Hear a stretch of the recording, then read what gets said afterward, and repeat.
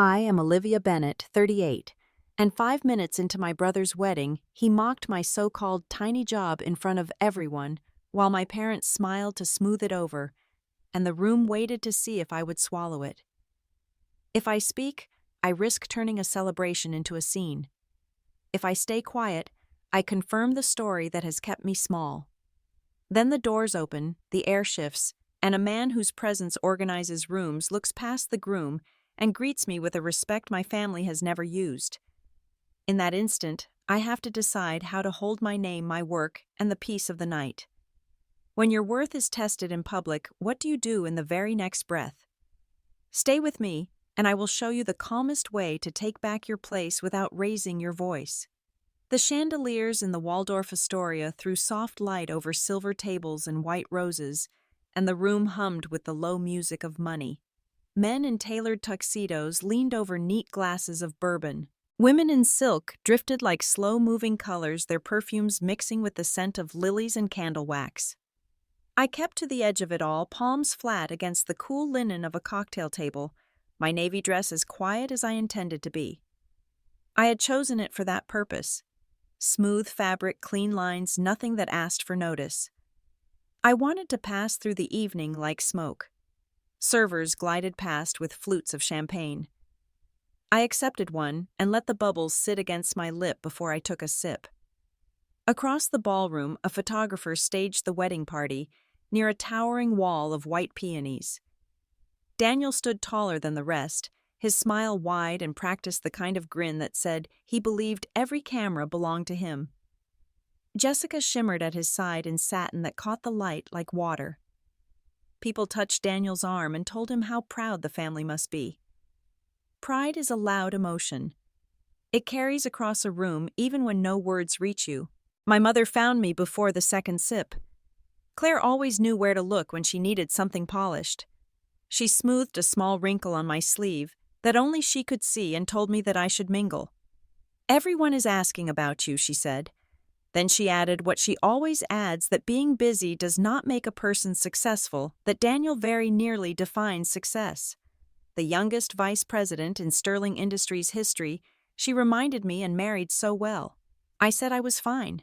I told her the work keeps me occupied. My mother pursed her lips in a way that suggested I should have chosen different words and drifted back toward a brighter circle of people who could reflect more favorable light. My father preferred volume to suggestion. Richard clapped an old friend on the back and announced that his son was the kind of leader a legacy company longs for. He mentioned the right schools and the right mentors, and the right boardroom instincts that Daniel had displayed since he was young. I finished the champagne and set the glass near a plate of buttered rolls, and decided I would not follow the arc of that story tonight. There are nights when silence is the strongest choice. Tonight would be one of them. The band moved into a standard that my grandmother loved, a tune she used to hum when she stirred sugar into her tea. My hand went automatically to the locket at my collarbone. It was small and warm against my skin, a circle of gold from another lifetime. Eleanor had pressed it into my palm when I was younger, and frightened and ready to start something that no one in our house thought I should start. "Believe in the work and in yourself," she said. "Not at the end when it is easy. At the beginning when no one sees it." I breathed in the memory and let it steady me. Guests brushed past with congratulations for the Bennetts. A woman in emerald satin asked if I was enjoying the party. I said that I was, and I meant it in the simplest sense. Enjoyment can be the calm knowledge that you will not be drawn into a familiar play. I watched the hotel staff adjust a line of chairs by the dance floor and thought of the years that had led to this room. Late nights, long flights, bad coffee. The stubborn belief that what I was building mattered. That belief did not need a spotlight, and certainly did not need this ballroom. Daniel's laughter cut through the music, bright and a little sharp. He had collected a small audience near the ice sculpture. My father guided a pair of sterling suppliers toward him, like he was presenting a trophy. When Daniel saw me, he lifted his chin. There was a spark in his eyes that used to mean we were about to race through sprinklers in the summer yard. It means something else now. He told the group that family keeps you grounded. He said that some of us carry the heavy load, while some of us find our way in smaller fields. People nod the way people nod when they intend to be kind and are not sure how. I decided then that I would not defend myself. Not here, not in this way. Defense would turn the moment into a contest, and contests at weddings end poorly for everyone. I placed my empty flute on a passing tray and folded my hands. The silk at my hip cooled under the air conditioning. I could feel my pulse slow. I imagined a line of shoreline far from here and let the waves pull my breath into rhythm. Claire returned with a fresh smile and told Richard that Daniel was about to say a few words before the first dance. Richard put an arm around her and thanked the guests nearest him for coming to celebrate a son any parent would be proud of. Pride again, warm and heavy. It pressed against my ribs. I let it pass through me without catching. Dignity lives in the space you keep to yourself when the room invites you to step onto a smaller stage. Distant clinking asked for attention. The band paused. The chandeliers hummed. Jessica tucked a strand of hair behind her ear and rested her hand on Daniel's arm. He lifted his glass, and the crowd turned. I moved a half-step back to let a server through and touched the locket once more to remind my mouth to stay closed. The night had a long way to travel. I would not rush it. Daniel raised his glass and thanked everyone for coming, his voice warm enough to melt butter. He called the night a celebration of love and family, and the crowd answered with polite laughter. He talked about hard work and destiny and how the right people recognize talent when they see it. His smile widened as if he had rehearsed that line in the mirror. Then he glanced toward me and let the silence hang for a heartbeat. He said that every family has someone who chooses a smaller path, a tiny lane where the stakes are low and the hours are comfortable. He said we all should applaud courage in any form, even when it looks like a modest consulting gig that pays the bills. The words were coated with charm, but the bite was clear. A few guests snickered. One of Daniel's colleagues lifted his eyebrows in a half-smile that said he understood the game. Jessica leaned into Daniel's shoulder and offered a sweet nod, as if to forgive the less fortunate among us. Her satin dress caught the light and tossed it right back into my eyes. I felt the locket against my skin and kept my expression still. The band eased into a soft riff to cover the awkward air. My father clapped first loud and quick, and others followed out of habit. My mother gave me a look that said I should not take anything personally on a night like this. She tilted her chin toward the dance floor as if pointing at the safer part of the room. A man near me muttered that Daniel had a way with the crowd. Another guest whispered that families can be complicated. I took a slow breath and let it out evenly. The trick is to let the cruelty pass through you like wind through a curtain not catching on any nail. Daniel did not stop there. He told a brief story about his early years at Sterling, how he started with nothing but grit and a borrowed suit. He talked about mentors and long nights and how he had pulled himself up by refusing to settle. Jessica added that drive runs in the family and that even his sister keeps busy with her little firm. She smiled in my direction with an expression that managed to be kind and condescending at once. The phrase landed as if it had been waiting in his pocket. Poor sis, still working at that tiny firm. The shape of the words was clear even across the space between us. People turned to see how I would take it. A woman with pearl earrings bit her lip. A younger cousin stared at the floor. I pressed my palms together and felt the bones align. Memory opened like a drawer. The apartment in 2012. The cheap lamp on the second-hand desk, the spreadsheet where I tracked every dollar. 50,000 saved one patient line at a time. Then the request was not a request. Family needs, they said. Daniel's future, they said. It will come back to you. The check had cleared like clean water, and then the years rolled forward. Daniel finished the MBA in 2014. The repayment never arrived. Holidays came with gifts and photos and compliments for Daniel's promotions. My name was spoken as a footnote, the practical daughter, the one who gets by. I let that drawer close. This was not the room for history lessons, not yet. The servers began to move again, trays glinting like small moons.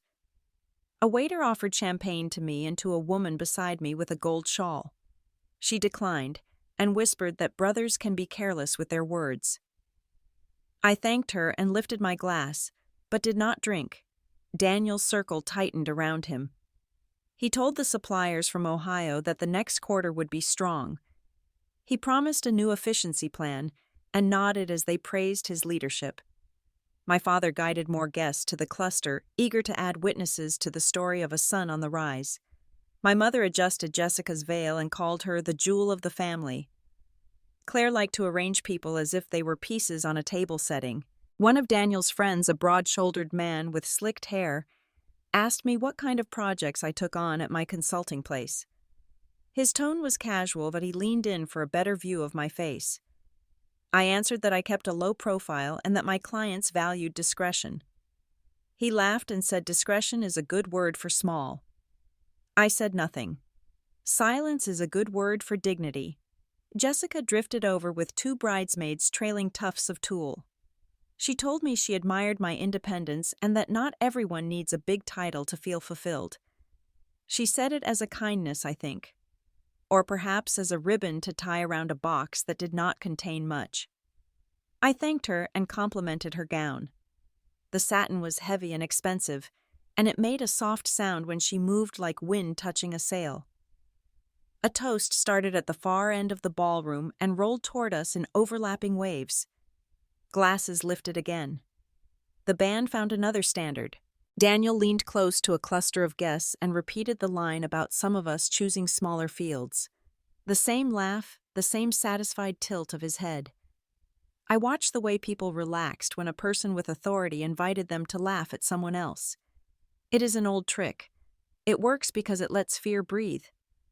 Distantly, I noticed Aunt Margaret near the doorway watching me with steady eyes. She did not come over, did not make a scene, only gave me the kind of look that lets a person know they have been seen. I let my shoulders drop a fraction. The locket warmed beneath my palm. I turned from the cluster and walked to the edge of the dance floor. The parquet reflected the chandeliers in small broken squares. A server paused to ask if I needed anything. I asked for still water and took the glass when it came. Cool weight, clear mind.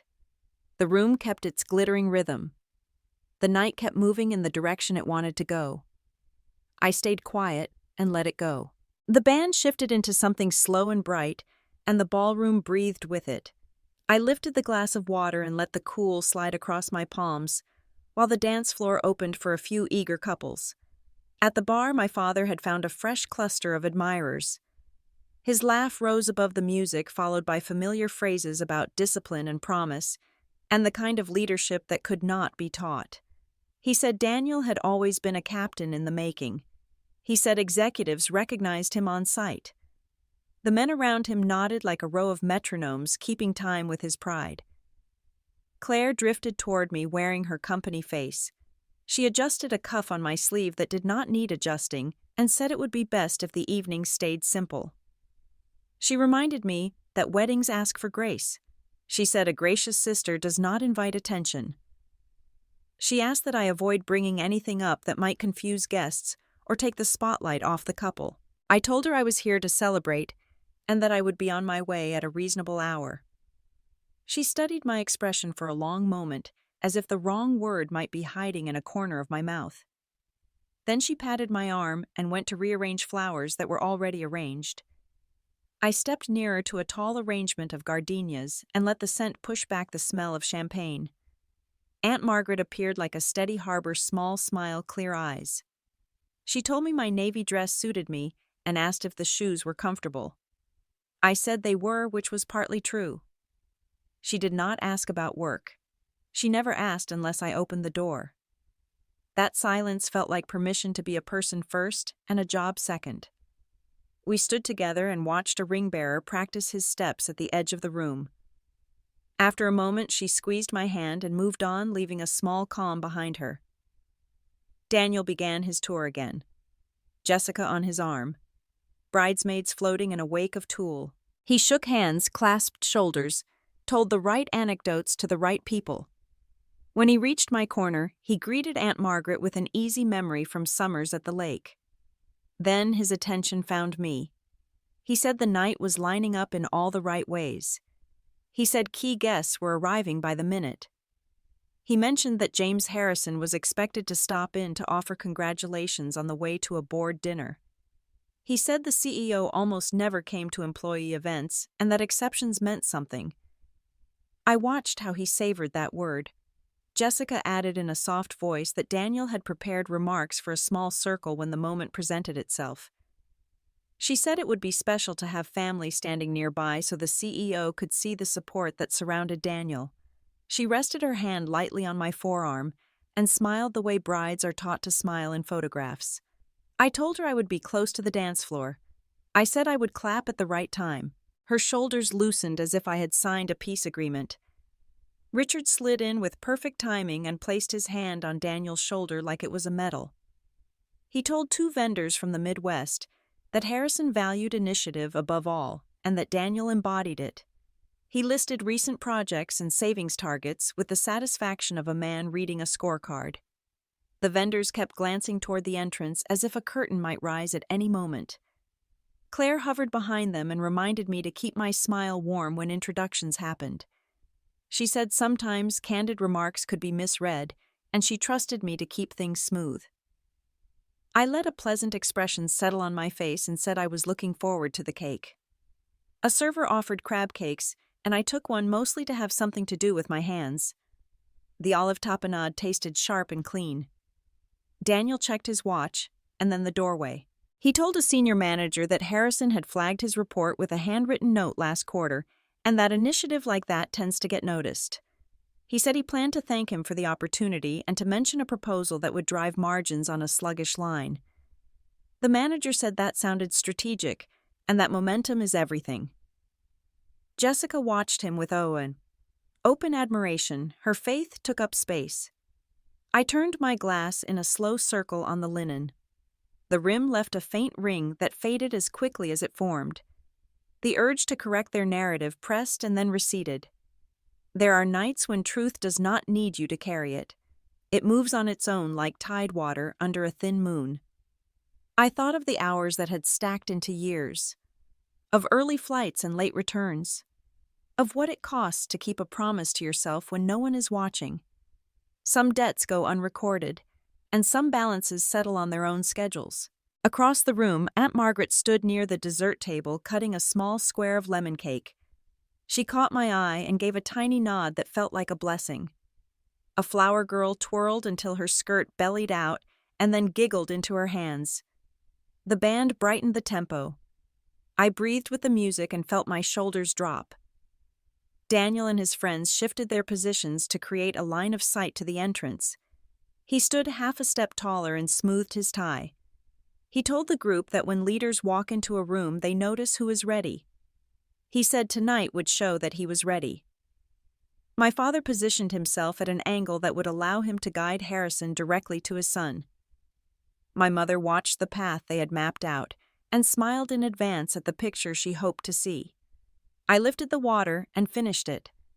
The glass made a soft sound when I set it down. Then I let a small private smile rise and fade. Some truths prefer their own entrance. They do not need an escort or a speech. They arrive when they are ready, and they do not ask permission. A current moved through the doorway the way a tide slips into a quiet bay. Conversations thinned, then tilted toward the entrance, as if the room itself leaned.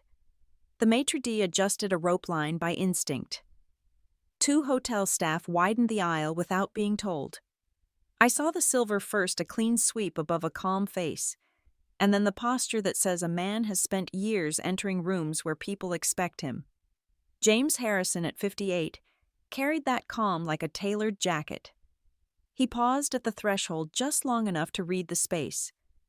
It was the look of someone who sees the whole chessboard in a breath. Where the exits are, where the clusters gather, which faces are watching and which are pretending not to. His gaze touched my parents, slid across a small knot of sterling managers and kept moving. The band softened another shade. A woman near me set her glass down without quite finding the table. Daniel saw him next. His back straightened, and his hand found Jessica's wrist in a guiding gesture. She tipped her chin and followed as he stepped toward the open lane that had been saved for important arrivals. Richard drifted into the same path, ready to intercept and connect son to CEO in one smooth motion. Claire rehearsed a smile and a sentence in the space behind her teeth. I watched all of it with the stillness I had been practicing since the first toast. Harrison altered the course a few degrees. It was small and entirely decisive. He did not thread himself into the waiting introduction. He did not lift a hand for a public shake across a crowd. He came forward at the same steady pace past Daniel's cluster, past a stack of champagne coupes, past the cake table, where a pastry chef pretended not to stare. His attention came to rest where he meant it to, on me. He stopped within an easy distance and inclined his head, respect without performance. His voice held the even warmth of a seasoned professional in a formal room. He greeted me with a quiet ma'am and said he had not known I would be there. No commentary on business, no slips into shop talk. Only the kind of greeting one offers a person one recognizes and respects. I let my shoulders stay low. I felt the locket warm against my skin, a small sun at my collarbone. I answered with something simple about the beauty of the evening and how lovely the couple looked. He agreed in the same measured way. We were careful because care is what you bring to a public space when the ears around you are not yours. He offered his hand. I placed mine in his. The shake was brief and precise, the kind that marks time and moves on. Around us a delicate hush fell, as if someone had lowered a glass dome over the ballroom. Even the chandeliers seemed to hum at a lower note. The circle of onlookers tightened by habit. People lean closer when a narrative shifts, and they are not sure yet what it means for them. From the edge of my vision, I saw Daniel stop mid-stride. 1 foot forward, 1 foot back, held by the elastic of a plan that had snapped. His features arranged themselves into a version of composure. Jessica steadied her bouquet and kept her smile in place, but her eyes widened the smallest fraction. My mother's bright expression held a shade too bright now, while my father recalculated angles the way he always did when the facts had wandered from the script. A young server hovered with a tray of sparkling water and then remembered to breathe. He offered it. Harrison accepted a glass with a quiet thank you. The boy bobbed his head and moved away on soft shoes. The lilies along the aisle sent a cool breath through the moment, as if the flowers exhaled for all of us. Daniel found his voice before he found a path back into the center. He told the nearest guests that this was an honor for the family. He said he had looked forward to thanking the CEO personally for attending. The phrasing fit a wedding, but the energy around it did not reassemble the room. Harrison acknowledged him with the same courteous nod he had given the maitre d'. Then his attention settled where it had been. Claire eased closer to Jessica and adjusted an imaginary thread near the bodice of the gown. It was her way of touching the scene without having to address it. Richard gave the vendors a smile that belonged to a past minute when momentum ran in a different direction. They tried on the expression and held it waiting to see where it would land.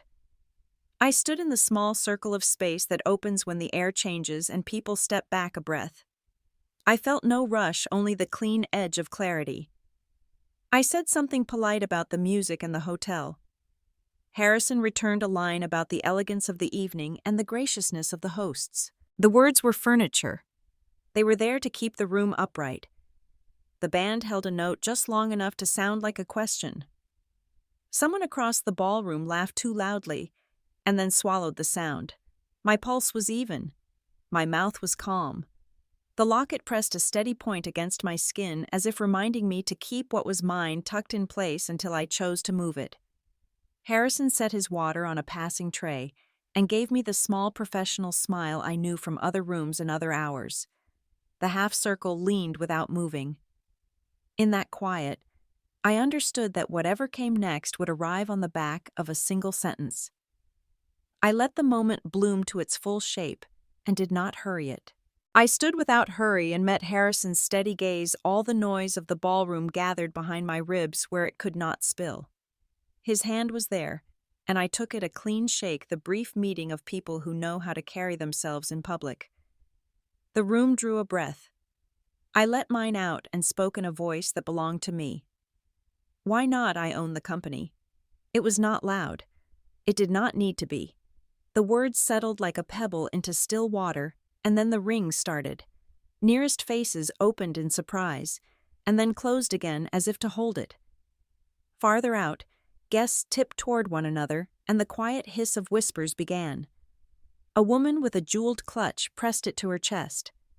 A man adjusted his bow tie twice and then left it crooked. Somewhere near the cake, a small spoon tapped a saucer and made a brittle sound before it went still. Harrison's mouth held a respectful line.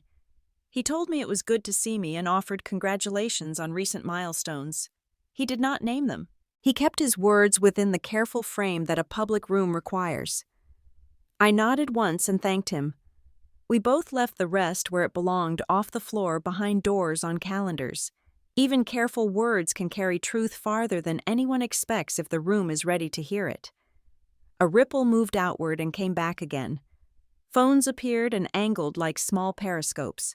A guest near the bar lifted her device and then lowered it halfway, caught between manners and curiosity. Another guest did not hesitate. His thumb went to record, and the tiny red light made a pinprick star. A pair of bridesmaids stood on tiptoe, their tools shifting like smoke. From the edge of my vision, I saw my brother's color drain. Daniel had not come forward another step. He looked as if someone had reached into the air and taken hold of his balance. His eyes went to Harrison, then to me, then to the arc of guests who had noticed what had passed between us and were trying to make it mean something they could repeat later. Jessica's hand slipped against the stem of her glass. It fell and struck the parquet. The crack of crystal on wood cracked the attention in the room.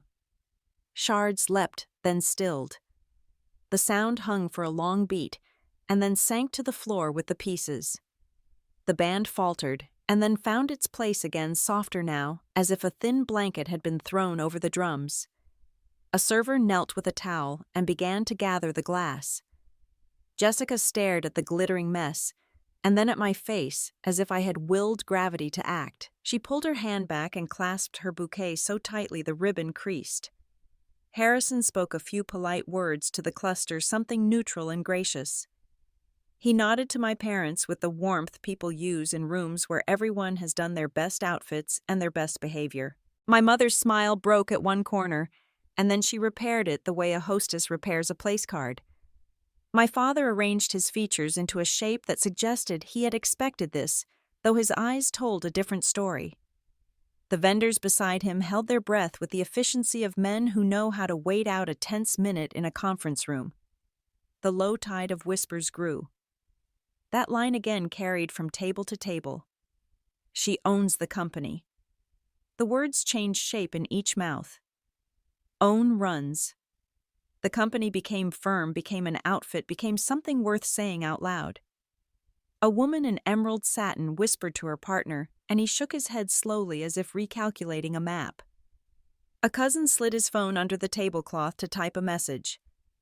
The first reply buzzed a second later and lit his lap with approval. I stood still and let the room adjust its weight. I did not add to the story. It did not need me for a moment. It needed to stand up on its own legs and learn to walk through the crowd. The locket at my collarbone was warm. My hands were steady. I watched Harrison accept sparkling water from the young server and thank him by name after glancing at his badge.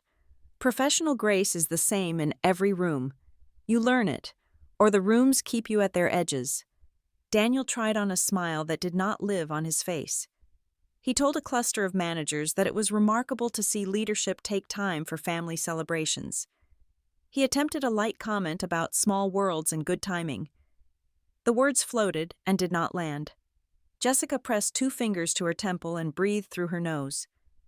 Claire moved toward her and fussed with an imaginary thread at her hem. Richard adjusted his cufflinks, then his tie, then his cufflinks again. The maitre d' directed the server with the towel, and the last of the glass disappeared. A staff member placed a small sign beside the spill that read, "Wet floor," and then thought better of it and carried the sign away. The chandeliers went on shining. The roses went on opening. The city outside kept its own pace. I turned slightly to give Harrison a clear path to circulate. He thanked me for the brief hello with that small professional smile. I returned it and stood where I was while he moved to greet the hosts. The half-circle expanded again, then folded inward as people chose new positions from which to watch the night. The hum of voice returned lower now, braided with the question that follows a reveal. I kept my calm and let the question do its work. Richard moved first with the reflex of a man who refuses to let air sit still. He stepped toward the nearest cluster of guests and began to talk in the bright tone he saves for Rotarians and holiday cocktails. He said what a joy it was to see leaders show up for their people. He said families are full of surprises and that the Bennetts have always prized humility. He laughed at his own line and patted a vendor on the shoulder, as if the night were only a little off balance and he could steady it with a single hand. Claire's fingers shook against the stem of her champagne flute. She tried to anchor herself by arranging the beads on her clutch into a perfect pattern. When she looked up, the smile stayed, but the corners trembled the way a thread trembles just before it snaps. She told a bridesmaid that nerves are natural on a big night, and that everyone should remember the purpose of an evening like this. Her voice was almost steady. Almost. I kept my place and let the room do what rooms do when a simple sentence has shifted the floorboards. The murmurs rolled and returned like a tide finding a new shoreline. From table to table I could hear versions of my words changing shape. Own became led. The company became a firm or group. It hardly mattered. The essence was enough to move the air. Inside my quiet, a clean ledger unfolded. Aurora Capital Holdings had started in a cramped space in 2011 with second-hand desks and a paper calendar that bled ink. By 2022, our advisory work and management fees together had climbed to $4.5 billion. Assets under management sat in the high 30s by then, a number that felt less like triumph and more like responsibility every time I signed another letter to investors. Sterling had once been valued near $2.8 billion. By 2023, it carried roughly $800 million in debt and a reputation that needed careful hands. Numbers are not everything, but they tell a plain story when people do not. Richard tried a second pass. He told a small circle that Daniel had always impressed his superiors and that tonight would be remembered for love, not for gossip. He aimed for authority and offered an apology instead. The circle loosened, then drifted away in polite pieces. A man from logistics muttered that the city was smaller than he thought.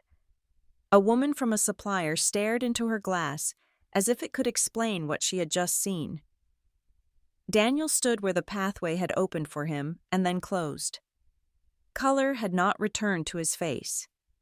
He smoothed his jacket with a hand that missed its target, then pressed his palm flat against the linen of a chairback as if he needed the feel of something that would not move. Jessica kept her smile, but it flickered. She bent to dab at the spot where her glass had fallen and stopped when a staff member knelt with a towel. Claire fluttered toward her, all concern and efficient touch, but her eyes kept jumping back to me, measuring the risk in every second I remained in view. The whisper grew teeth. Someone near the bar repeated the line and added a guess at what Aurora might mean for Sterling. Someone else corrected a detail and got another wrong. That is the nature of rooms. They decide first and verify later. I watched a young cousin glance down at his phone and then glance up at me with a face that did not know whether to grin or apologize. I spared him the work and looked away. Richard recognized that the pitch of the room was sliding from awkward to unmanageable.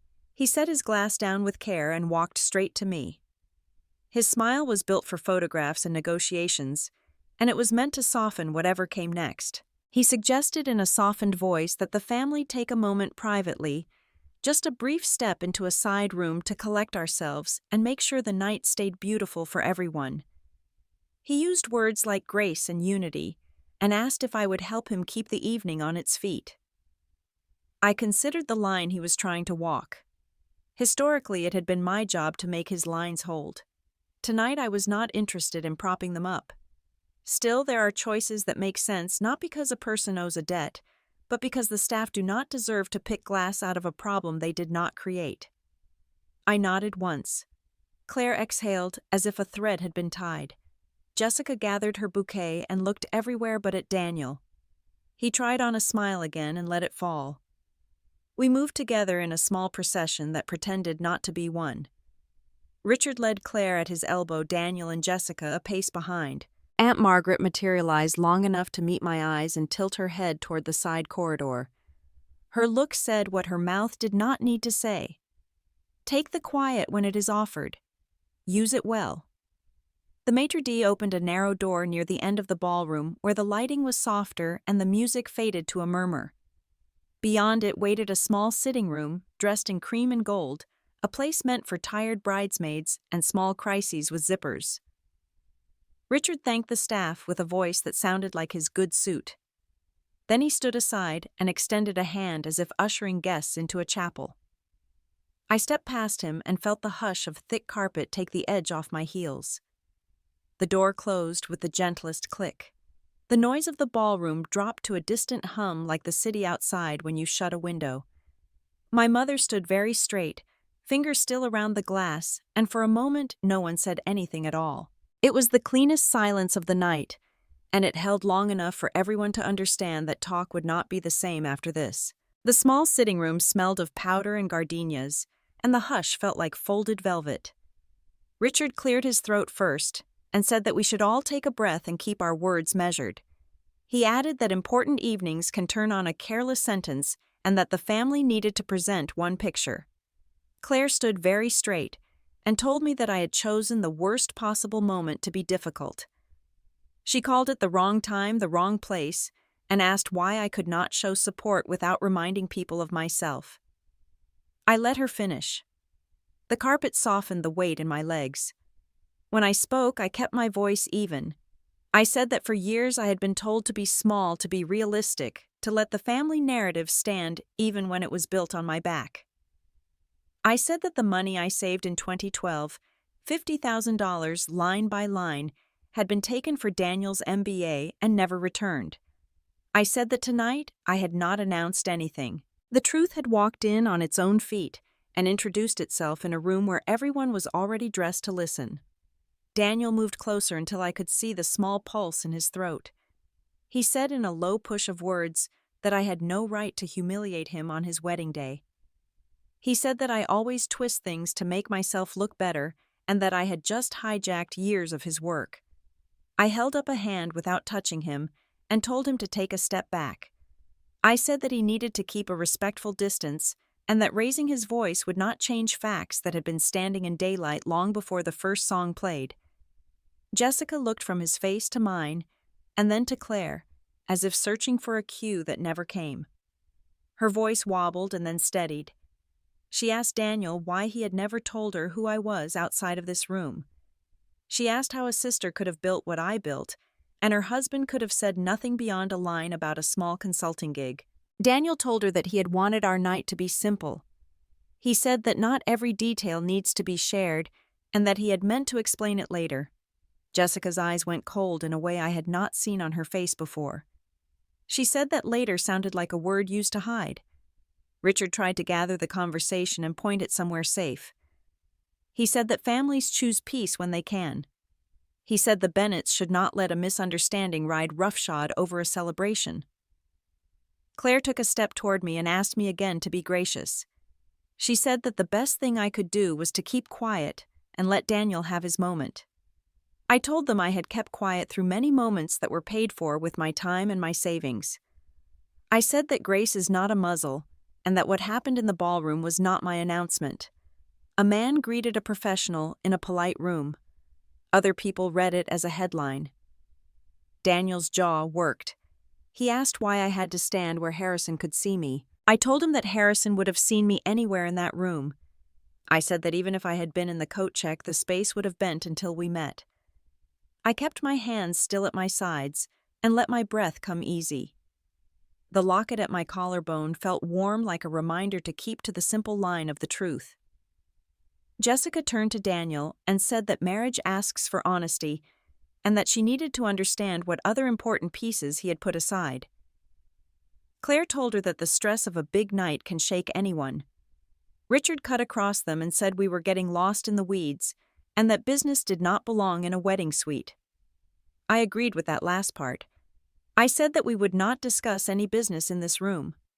I said that anything professional would go through proper channels through calendars and counsel and non-disclosure where required. I said that we would use the same discipline we use in every other space. Daniel said that he could not afford for rumors to start. I told him that rumors had already started years ago the moment he chose to believe the smallest version of me, because it made his own version easier to hold.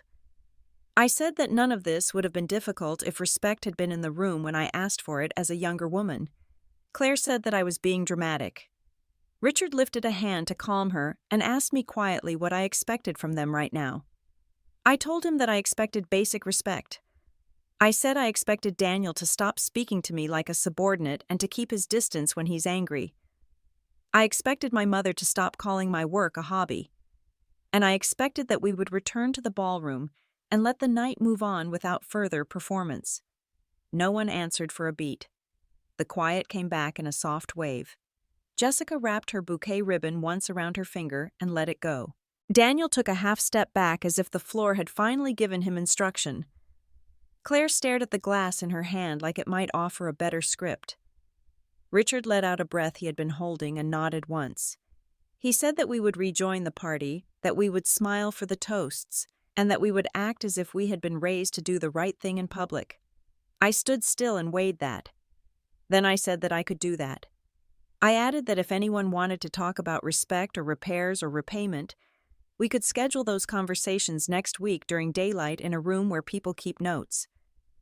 I reached for the door and felt the cool metal under my palm. On the other side, the music rose and fell like the ocean against a seawall. I opened the door and the sound widened. For a heartbeat, we all stood in the threshold between the quiet we had made and the night that waited to keep going. We stepped back into the ballroom and the sound folded over us like warm surf. The half circle had dissolved, but the energy had shifted. Phones were out in pockets and clutched in discreet hands. I could tell by the bent heads and quick little taps that the clip of the greeting had already found its way into group chats. A bridesmaid near the cake laughed once too loudly, then silenced her screen as if the volume were shameful. At a table by the windows, a cousin showed something to his date, and she covered her mouth not in horror, but in the recognition that a private moment was leaving the room. The staff had cleared the broken crystal. The parquet shone as if nothing had fallen at all. Music floated again, thinner now, a polite veil over curiosity. I felt the old rhythm in my chest and let it settle me. Years of practice teach a person how to be watched without offering more than they intend to give. A server passed with coffee and I took a cup for the wait. The first sip tasted like chocolate and smoke. The phone in my clutch vibrated in a quick rhythm that meant more than wine. One person at once. I did not look. Another buzz arrived, then another, the way bees arrive when a branch blooms all at once. At the head of the room, a small line formed near the bride and groom, but the line held a careful distance. People wanted to be kind. They also wanted to be witnesses. Aunt Margaret slipped to my side and laced her fingers around mine for a moment. Her palm was warm and steady. She said softly without asking for an answer that my grandmother would be proud. I saw Eleanor in the way the candlelight pooled in the gold rim of a plate. I allowed the thought to rest like a small stone in my pocket. Margaret did not linger. She knows the difference between support and a spotlight. Richard tried again to restore the posture of celebration. He guided two older guests toward the dessert table and made admiring sounds about the chocolate fountain. Claire hovered near Jessica and smoothed the same inch of satin 3 times. At some point, Jessica excused herself. A bridesmaid went with her to the corridor where the powder room sits like a sanctuary. Daniel watched her go and then looked at me as if I were the one with a map. I did not return the look. The buzz in the room had changed shape. It was no longer a pure question. It had turned into a story that people felt they could tell without getting the details right. I heard the word owns, and then firm, and then leadership woven with guesses and half-remembered phrases. A local blogger who must have been a guest of a guest typed quickly with her thumbs. A man from a supplier told a tablemate that New York always feels vast until it feels like a village. I moved toward a quieter edge near a bank of palms. That is where Rachel Green found me. She came alone, holding her clutch close to her ribs, careful to approach from the front where I could see her. She introduced herself as if I might not remember, then admitted that, of course I did. We had grown up in the same hallways, eaten the same cafeteria food, and inhaled the same chalk dust. She said she had been unkind when we were younger and that she had treated my ambition like a flaw. She said she was sorry. The apology was simple and well-formed. I let it land where it belonged. I told her I appreciated the words.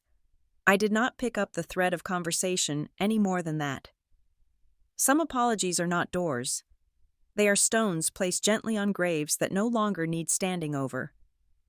Rachel nodded as if she understood the limits of this exchange. She asked if I needed anything, then shook her head at herself and said of course I did not. She wished me well and walked back into the crowd with a posture that looked newly thoughtful. Near the dance floor, a small group watched the clip again on a phone held low between a pair of elbows. The video was grainy and the sound was mostly room noise, but the shape of it carried. A man's respectful greeting, a woman standing still. No more than that, and somehow enough. Someone whispered that the clip had been posted to a local news site that loves weddings and gossip and the unexpected overlap of the two. Another person said it was on an industry forum with a caption that asked if any room is ever truly private now. Jessica returned without the bridesmaid. Her makeup was perfect, but the skin around her eyes had lost color. She took Daniel's arm and spoke to him with a calm face that did not match her knuckles. He nodded too often. She turned away and walked toward her parents, then past them. After a few steps, she changed course and left the ballroom entirely. A door eased shut behind her. The gap she left did not close right away. Even the music seemed to hesitate. I felt the locket at my throat warm from my skin. For a breath I could hear nothing but the faint thrum of the band and the softer hum of 100 conversations adjusting to a new shape of evening. The clip would keep moving through phones and then settle into memory. The guests would take it home and tell it again around kitchen islands and office coffee machines. They would say that a sentence had tilted a room. They would say that the bride looked beautiful and tired and that the groom had misjudged the distance between who he thought he was and what everyone had just seen. Aunt Margaret returned with a small plate and asked if I wanted fruit. I took a strawberry, so she would not carry a full plate for nothing. We stood together in the shadow of the palms and ate like women who have learned to conserve their energy. The night held balanced on the quiet between songs. Somewhere beyond the doors, the city kept breathing unbothered by the way one ballroom had changed its mind. Harrison rejoined the flow of guests long enough to greet the hosts, then angled back toward me with a polite smile that belonged to a well-run event. He asked my parents if he could borrow me for a moment. Richard nodded with careful graciousness. Claire adjusted her clutch and said we would all meet back by the cake. Daniel watched without a word as if sound might tilt the room again. We walked toward the corridor that leads to the restrooms and a quiet bank of elevators. The door closed behind us on a dimmer light, and the muffled thump of the band. The hotel smell changed to waxed stone and a hint of lemon cleaner. A framed print of the skyline hung over a bench where a child's jacket had been forgotten. We stood where the sconce light fell softly and created no shadows that could be mistaken for drama. Harrison kept his hands easy at his sides. He said he appreciated the courtesy of a minute, and that events are best left to be events. He said he would like to propose a short meeting at Aurora headquarters in the morning. He suggested 9 early enough to set the day without stealing it. I told him that it worked and that my assistant would be there. He said his chief of staff would coordinate arrival and identification with the front desk. He added that his outside counsel would send a non-disclosure for signature tonight and that a starter packet would follow through a secure portal. He did not name any contents. He did not touch anything that did not belong in a hallway outside a wedding.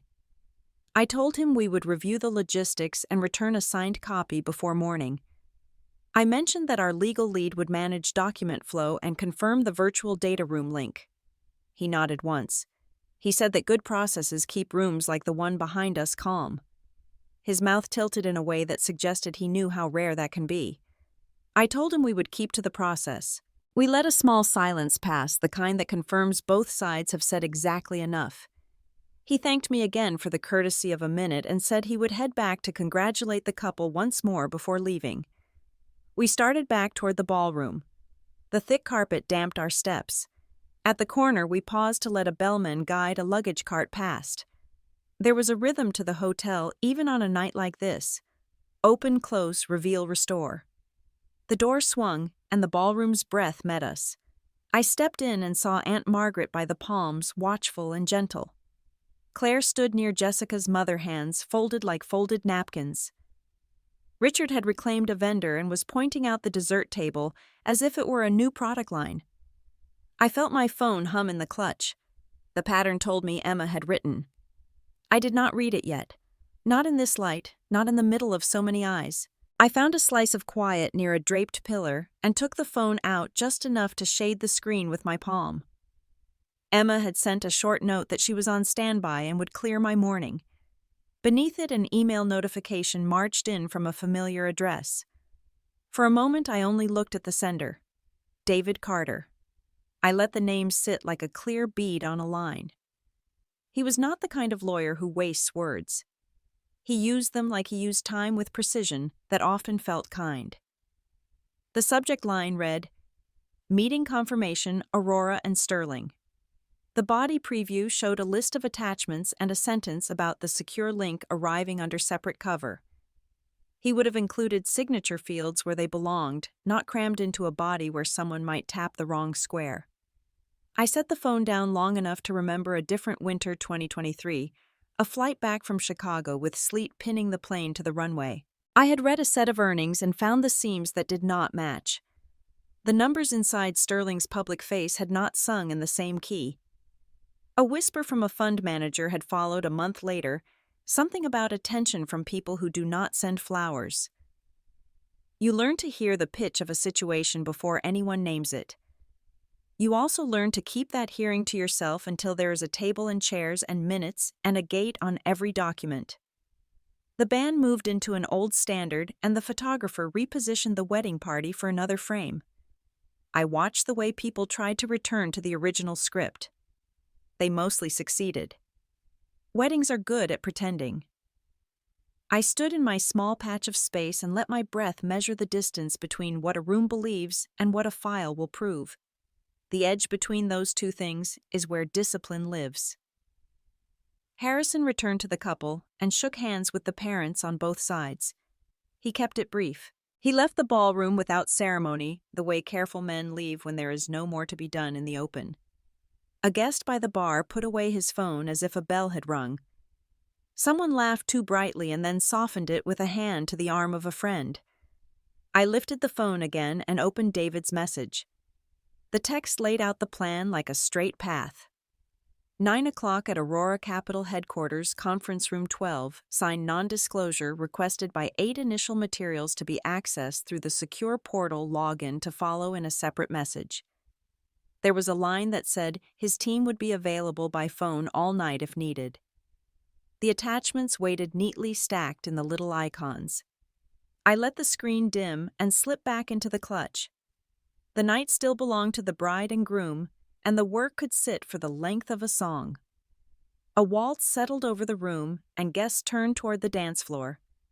Claire touched my elbow with a soft tap that meant follow. Richard stood a few paces away with the attentive look he saved for negotiations and family pictures. He suggested in a low voice that we step aside for a moment. We crossed the edge of the ballroom, and the maitre d' opened the same small door to the sitting room. The carpet held our footsteps, and the door closed behind us with a hush.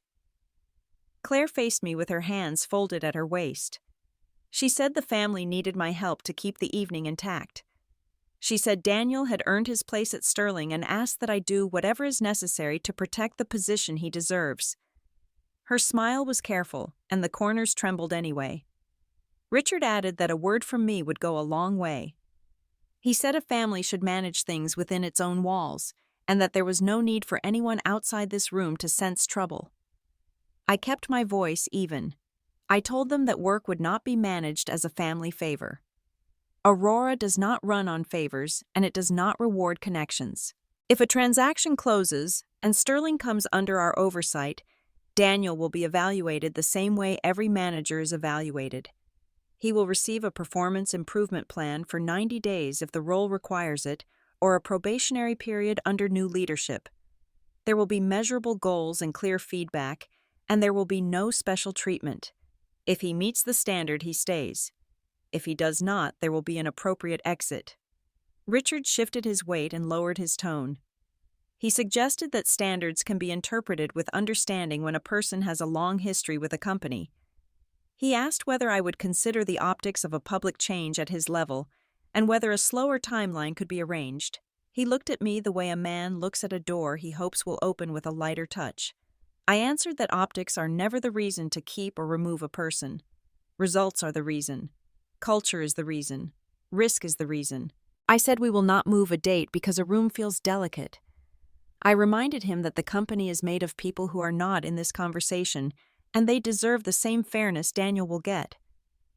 Claire said she understood the need for process, but asked again for assurance. I gave her the only assurance that fits. Daniel will be treated fairly and professionally, nothing more and nothing less. Daniel entered a moment later, as if drawn to the gravity in the air. Jessica lingered at the threshold and then remained in the corridor close enough to hear the tone of our voices and far enough to avoid being pressed into a side.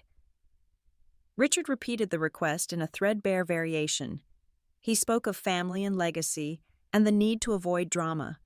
Claire added that a mother cannot help but worry. I told them both that worry does not change the plan.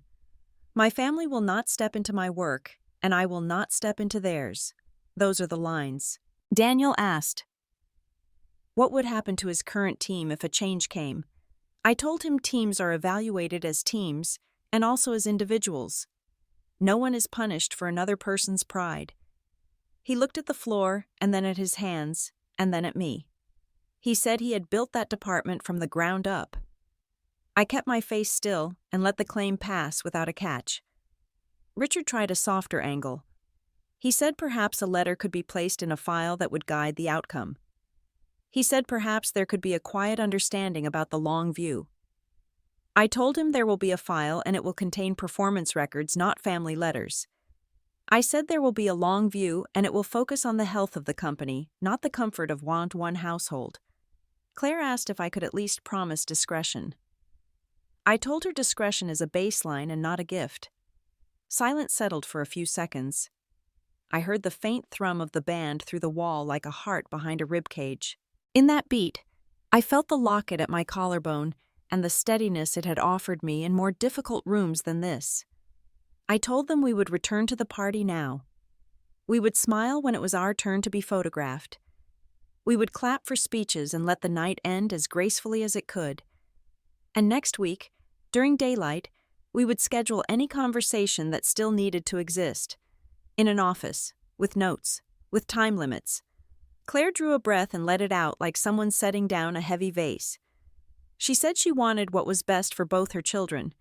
Richard nodded the tight nod of a man who understands a door is not opening and decides not to rattle it. Daniel stepped back half a pace and held his gaze steady, which was more than he had managed earlier. He said he understood that work would go through channels.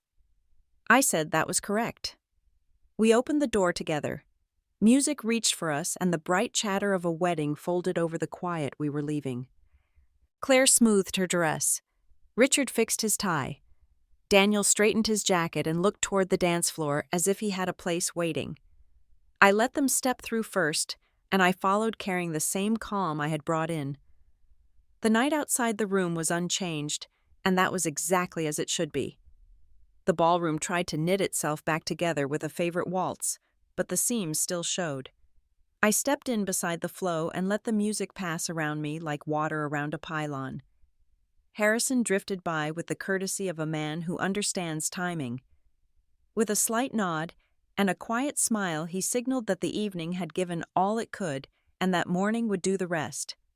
I returned the look. There was nothing more for either of us to add inside a room already full. I found Aunt Margaret near the palms where we had stood before. She reached for my hand and gave it a gentle squeeze. No speech. Only the kind of pressure that reminds a person of her spine. I thanked her with a look, and she answered with one of her own. It said, "Be steady and go home." I turned toward the nearest table and offered a few soft nods to guests who met my eyes with kindness.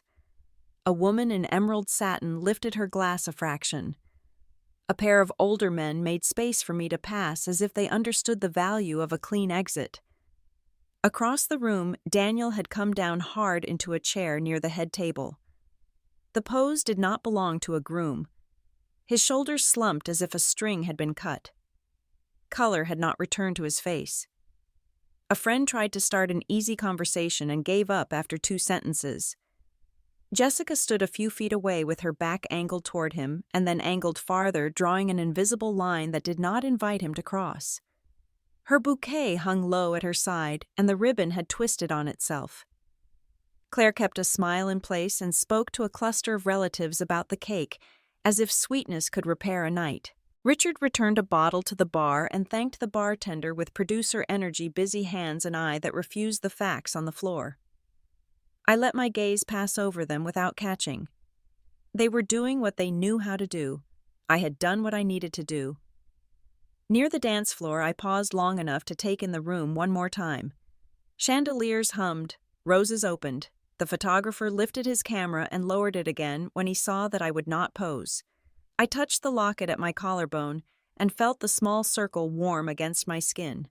Eleanor lives in the simplest words and the oldest ones. Believe early. Keep to the line you chose when no one cheered. Let the rest be weather. A server crossed my path with a tray of coffee and offered the smallest tilt of the head. I returned it and kept moving. The maitre d' waited near the doors as if he had known where the night would end for me. He opened the way with an ease that felt like respect and not ceremony. The corridor outside the ballroom was quieter and tasted faintly of lemon and polish. I walked its length without hurry. Behind me, the song changed keys. Laughter rose and fell and then smoothed into the fabric of the evening. I passed a mirror and chose not to check my face. What mattered was inside the muscles and bones. At the elevator bank, a bellman rolled a cart past with the soft discipline of someone who has watched countless nights resolve themselves. He nodded. I took the stairs. The lobby at the Waldorf Astoria held its own kind of hush. A pair of tourists studied a city map. A concierge spoke softly into a handset. A doorman checked the street and then checked it again. I crossed the marble and felt the cool through the soles of my shoes. The revolving door gave me back the city in measured degrees. New York met me with a clean night. Air crisp enough to clear the throat. Taxi lights blinked in patient rows. Steam lifted from a grate and turned thin under the street lamps. Somewhere a siren tested its voice and then grew quiet. I stood for a moment under the awning and let the cool settle over the heat of the evening. The world did not know my name and did not need to. It simply reached its weathered hand toward morning. A car eased to the curb for another guest and then slid away. I chose to walk. The first block let me breathe with an easy count. Park Avenue moved like a river under a clear sky. My phone rested silent in the clutch. The meeting was set. The work would begin where it belongs, at a table with walls and minutes and chairs. Here in the night, there was only sidewalk and air and the tap of my heels finding their rhythm again. I turned at the corner and looked back once at the hotel canopy, a soft green square against the dark. The ballroom windows threw gold onto the glass, and then took it back. I touched the locket one more time and let my hand fall. No more words were needed. Not for them. Not for me. I kept walking, the city steady at my shoulder. By the third week, the city had lost the last of its summer heat, and the glass of our tower carried a pale morning. I rode the elevator to 12 and stepped into the conference room with the long table and the clean scent of fresh paper. David Carter was already there with 2 associates' laptops, open pens lined up like silver birds. We signed the non-disclosure first initials on each page, signatures stacked where they belonged. Emma slid the copies into a folder, and the room breathed easier. We reviewed the calendar that would carry us through the end of the year. The letter of intent would be finalized before the close of 2024. Regulatory filings would be submitted as soon as the last appendix cleared, and the target for closing would sit at early 2025, if approvals moved with ordinary speed. Harrison joined the video for 10 minutes, his voice, even his camera, steady.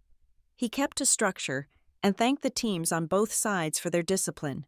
When he signed off, David walked us through the data room map like a calm street guide.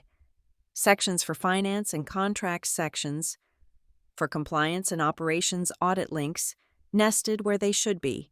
He noted that an independent firm had been engaged already to review revenue recognition and inventory. I felt a familiar steadiness take hold. Good work is quiet work. It keeps a pulse without needing attention. By the next week, Sterling's people had started correcting their reports. The first cleaned statements arrived in the portal, and we set our analysts to them. Questions went out. Answers came back at decent speed. Some things were sharp enough to keep, and some were not. That is the nature of any old ledger finally seen in clear light. Harrison's team cooperated with the auditors and made room for them at their desks. It is never easy for a company to be opened like that. The ones who accept it are the ones that can be saved. Daniel received his notice of a 90-day plan under new oversight. The letter was professional and specific. Weekly targets, client retention thresholds, a cap on discretionary spend, a requirement to mentor 2 junior staffers and document it. He would report to a director who did not owe him anything and who was known for straight lines. He read the letter at his desk and then at home and then again. He did not call me. He did not try to go around the process. For once he stood inside the lines that everyone else stands inside and let the rules hold. Claire and Richard fell quiet. A short handwritten note arrived by regular mail in my office, not scented, not dramatic. It said that they were thinking. It said that time has a way of showing a person where they have stood. It did not ask for anything. When we met once in the waiting area down the hall, my mother held her clutch like a small shield and asked how I was sleeping. My father looked at the floor and then asked if the view from my office made the work feel lighter. I told them I slept fine and that the view helped me remember perspective. We sat together for 12 minutes and used those minutes to be careful. It was enough. Jessica and Daniel went to counseling. I know because Jessica sent a single line through Emma, polite and sparse, that she would not be attending a holiday event we had all been invited to, and that she wanted me to know they were working on things. There was no blame hung on the sentence. Marriage is a private door. What lives behind it is not mine to narrate. In early December, we closed the loop on the letter of intent. David sent the final red line with a note that sounded like relief wearing a suit. Harrison called to say that the board on his side had signed the resolution. Our filings moved as planned. The holidays approached, and the office filled with the small gestures that mark an ending year.